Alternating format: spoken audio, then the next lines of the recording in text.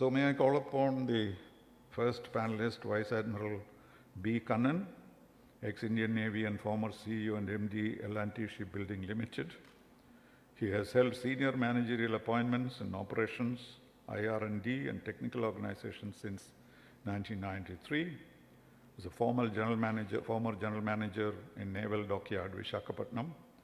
Held the post of Chief Material, the highest post a technical officer can attain in naval service after being additional DGQA of Navy and Admiral Superintendent Naval Dockyard, Mumbai. Conferred with 3 distinguished service medals by the Honorable President of India. He is an expert in knowledge management, shipbuilding, indigenization, Atmanirbhar policy, defense technologies. Ideal person to tell us about human capital. So may I invite Vice Admiral B.Kannan. Thank you.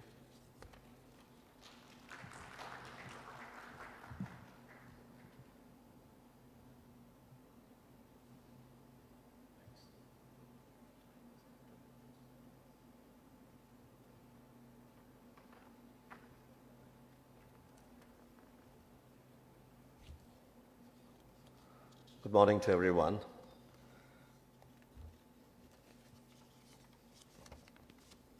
Dr.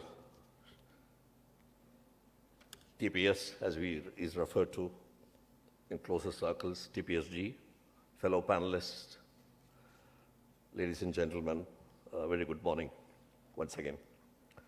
At the outset, I would like to thank TMA President, Mr. Rajesh Shah, for having given me this opportunity to come to Trivandrum and share my thoughts on Trivandrum Vision 2025. Trivandrum is very close to my heart, as I did all my schooling and college education here, earlier in 60s and 70s. And some of my classmates were there yesterday and some are here today again. And that has been made this trip for me from Coimbatore very memorable. I have a PowerPoint presentation to make about this particular topic. So give me a minute to just open it. Screen.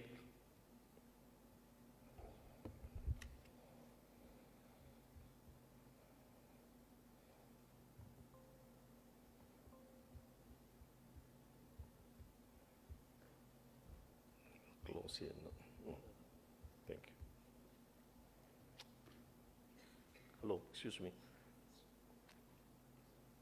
Mouse is not working. Okay, good. Can you put this?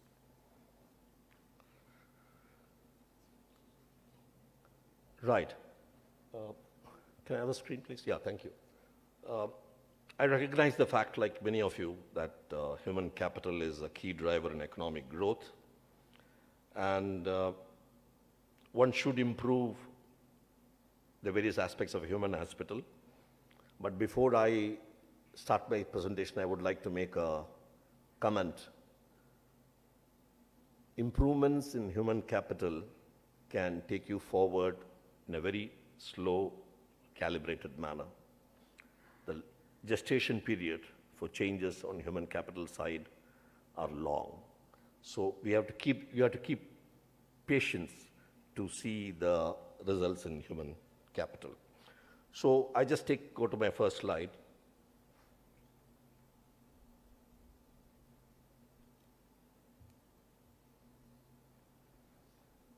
All of us agree that human capital, you have, like our chairman also said, skills, knowledge, experience, all these are put together in good proportion to make sure the efficiency is high. And obviously you have to maximize these 3 components. Skill through some improvement program, experience within the organization. These are all normal words which are used, job continuity, job enrichment, etc. And knowledge you have to build up both on the individual level as well as the organizational level. So I'm going to just speak on this particular aspect, how you can enhance the knowledge in organizations and how they could lead to better efficiency and productivity. Very briefly, what are the organization's resources? I've just shown in the slide. Everybody knows this. These are all required for running an organization. But there is something common to all of them, which is the knowledge, how to do it. And that knowledge is there in each of the sectors in some form. We'll talk more about it as we go along. But before I go there, I just want to tell you what is the hierarchy of, if you look at knowledge. Data is just a set of series of quantified events, and if you process them, you get information. And if you act on the information, then you are adding on to your knowledge, and that becomes the basis for your knowledge, actionable information. So this is how it goes. Of course, the pyramid goes even further high. I'll just stop only at the next step. This is wisdom. When you have knowledge, experience, and expertise all put together, then it becomes wisdom. I'm just going to focus on how to manage knowledge in an organization, and in what form does it exist is something which we need to know. How to manage the knowledge. First of all, let's just focus on the topic of interest of an organization. If it's a hospital, you're looking at healthcare. If you're in production, you're looking at good quality, good safety levels. Obviously, you are wanting to make your product very popular as well. So depending upon what is the area of operations of the organization, you have a particular area of interest. Why I'm saying this is you may have large number of people in your organization. They may have abundant knowledge on many things, but we are looking at topics which are of interest to the organization. And what is the knowledge? Where is the knowledge existing now? In what form? Who has got the knowledge? Is it locked up in some cupboard? Or is it in some books? Where is it? So, if it is kept somewhere, how to get access? That's a question, because you want to enhance it, you want to improve upon it. So, if you access it and you have added on something, how do you store it again? Where do you store it? Which place do you store it?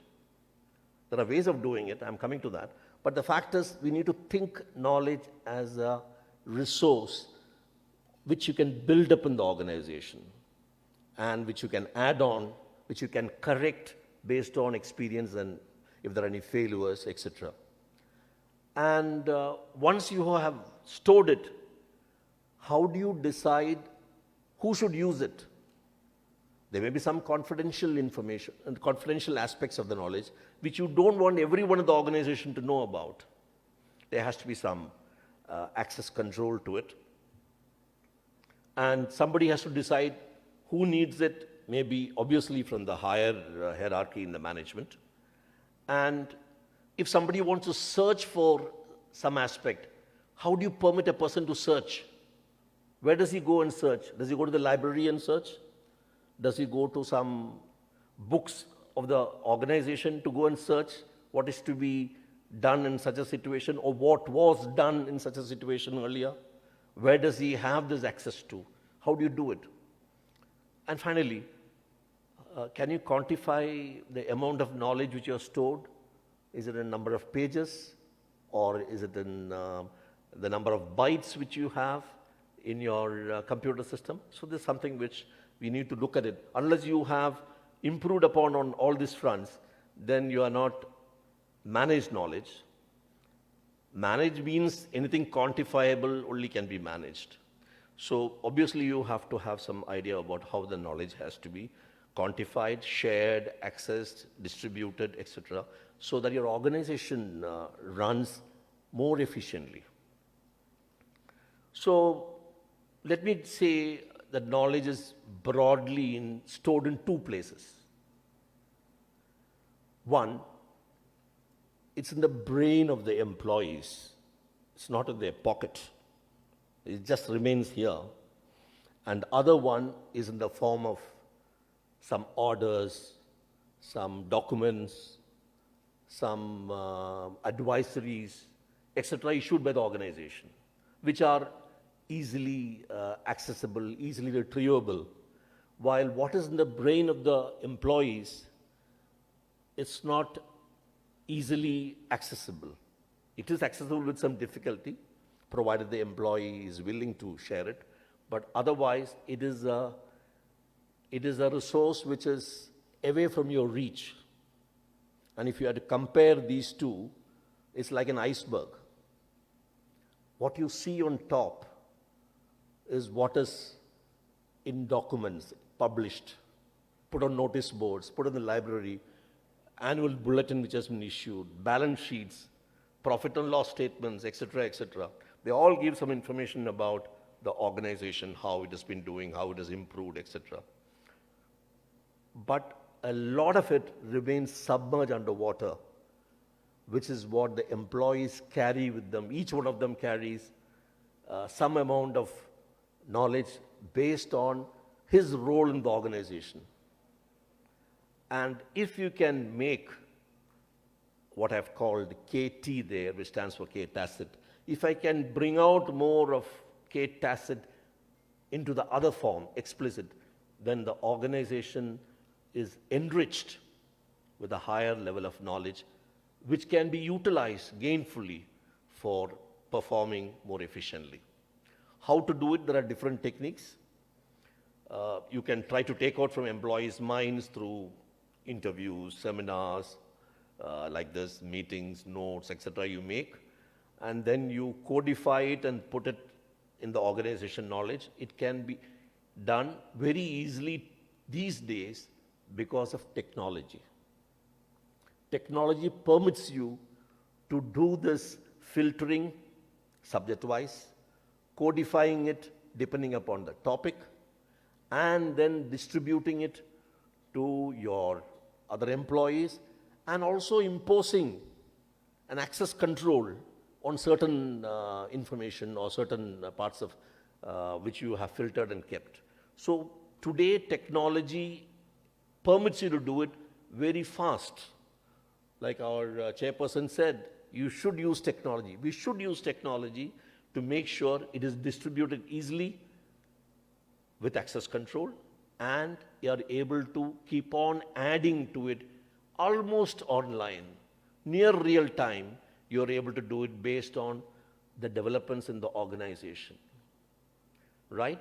So it depends on how often you can add on to it, depends on what is happening in the organization. If it's a hospital, depending upon every week, how many patients have come and what all type of illnesses they came, what are the updates you have, can do it. But if it is educational institution, obviously it cannot be every week. It can take a little more longer time. And employees who read this will contribute to your efficiency. And that's what I said.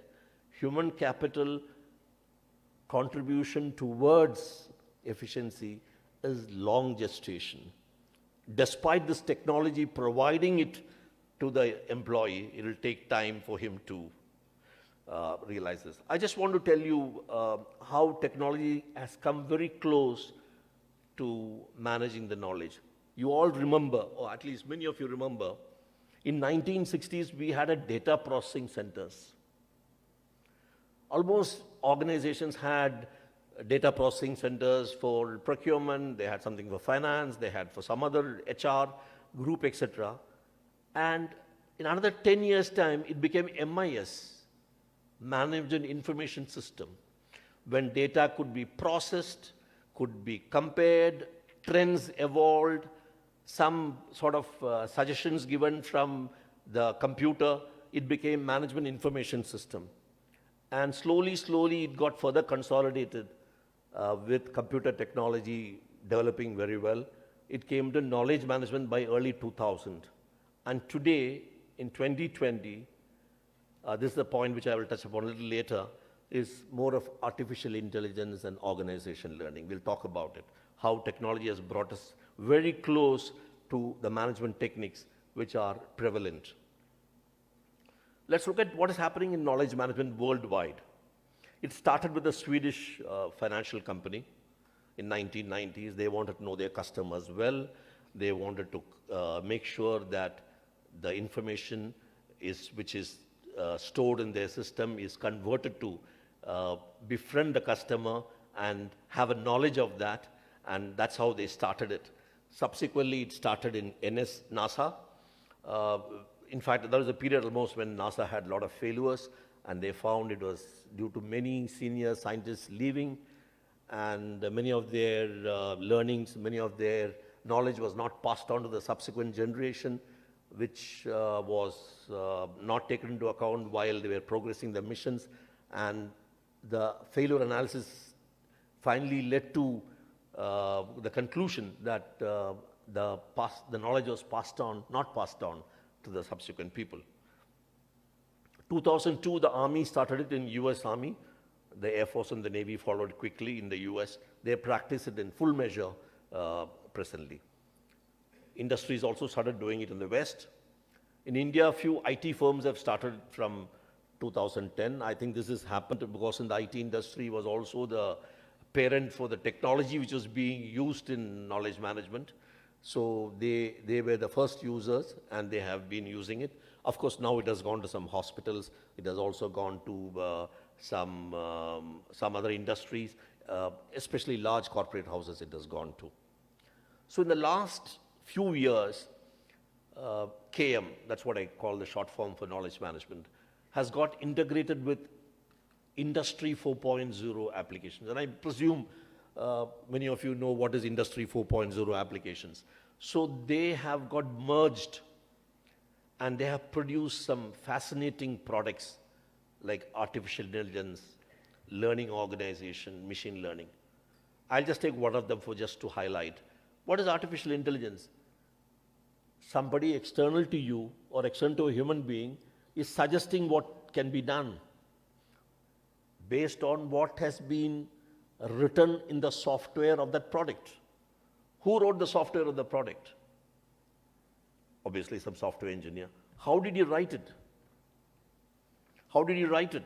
He wrote it based on experience of people who have used it, the knowledge of people who have used it. So there is one of the products of knowledge management is what you're seeing today is artificial intelligence applications. Similarly, for machine learning, there are some differences between these two. And there are organizations which learn with the help of this feedback on knowledge.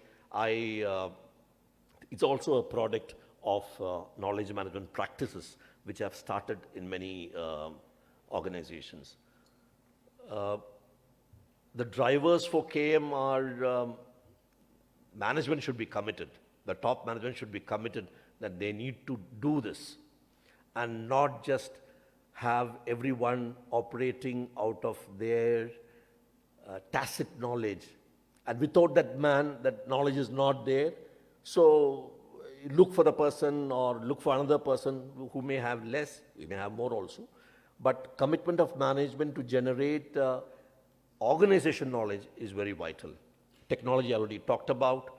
And obviously this all leads to empowerment and innovation by staff. But it's not easy. There are barriers to KM very quickly. It is very organization-specific solution. It is one fit doesn't apply to all. You have to generate a solution very specific to hospital, or if it is a hotel industry, we have to have another solution. So this has to be done. It is long gestation in realizing objectives. You have frequent staff turnover. There's a lot of turbulence in your getting the objectives. Staff may be reluctant to share their experience. They don't want to share it. They would rather keep it with themselves, or some people may even say, what will I get if I have to tell you all this? Nor can he tell a person when he is leaving the company on retirement or on transfer, that you tell me everything which you know about this. I will just note it down so that I can run it in your absence. That also doesn't work. So you have to do this online, almost online. As and when, as the days go by, you have to capture this and put it in your, deposit it in your archives so that, and codify it and put in the archives so that you're easily accessing all the learnings of the organization. There's a little bit of change to work culture and ethos which comes when you bring in this. There's a little bit of transparency. And of course, if somebody is going to share knowledge, you should have a system by which you are able to sort of give them some incentive for it. So these are all part of the practice of knowledge management. May I interrupt you? Yes, sir. The time that shows is a bit misleading. Yeah, 2 minutes. Looks as though you have 42 minutes and 14 seconds. But that is for the whole session. I'm aware. I know the starting point. I've seen that. I've just finished in a minute.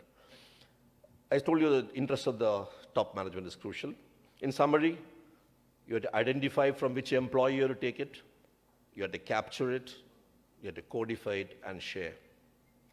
So in conclusion, K is becoming the new quantifiable resource, which has no wear and tear as such, but it could be dated.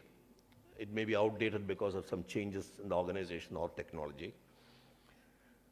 As I told you, it's application-specific and organization-specific. Top management involved is there. Recent advancement in digital technology enable you to do all this very fast. And when you combine it with Industry 4.0, it gives you very good results, as I briefly told you.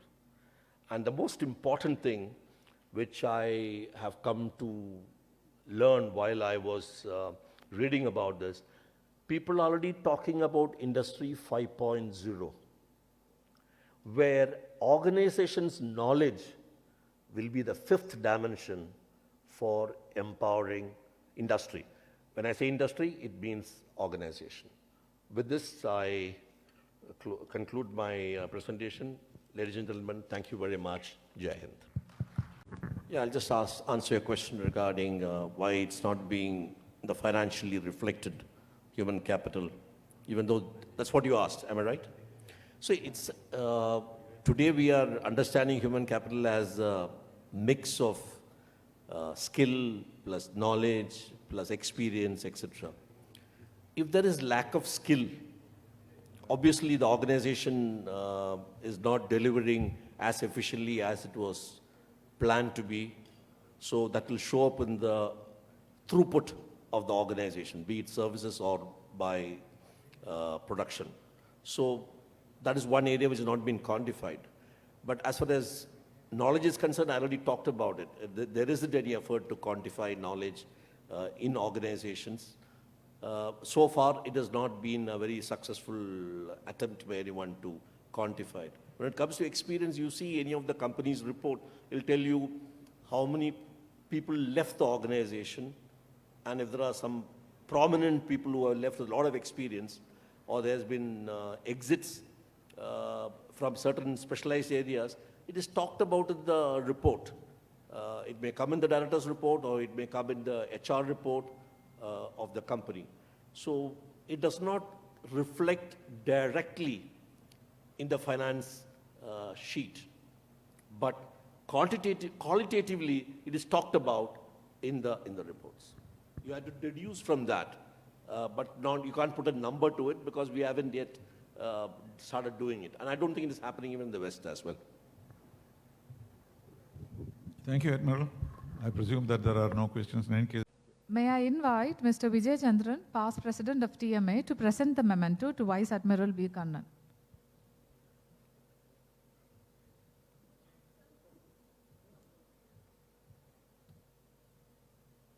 It's a pleasure receiving from you. Especially after you told me that you're my father's friend. And from the same